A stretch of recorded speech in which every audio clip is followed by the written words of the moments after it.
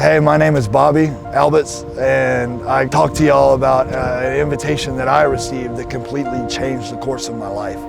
It completely redirected every thought that I have and my whole grasp on what I thought reality was and what I thought that this life was. And an invitation did all that, and it changed my life.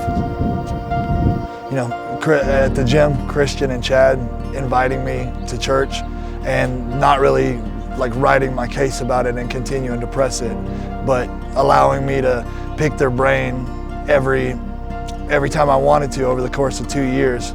Anybody that knows anything about bodybuilding, you don't get big by letting people interrupt your workouts. So the fact that they were always willing to let me interrupt their workouts and not make me feel like an inconvenience when I had questions about the Lord or questions about, you know, anything about God and Jesus and the Bible or anything else. They were open to it, and they were always very receptive, and they treated me the way that we're called to treat people. Instead of just telling me about it, I saw them live it over the course of 2 years.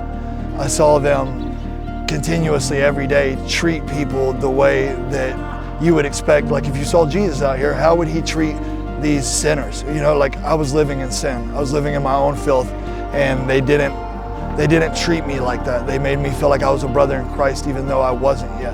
And Pastor Phil as well, he would invite me, but he wouldn't keep hammering me about it. But anytime I wanted to talk a little bit more about it, and intermittently, like ever so often, he would remind me that that invitation was still extended. And not only was it extended, but it was desired that they wanted me to come to church. Every time I would start taking a different path than someone God had placed in my life to speak to me about him, he would bring another one, and another one, and another one, and another one. And then it just, I was so surrounded that I couldn't help but love God, because why would he come after me like that, you know?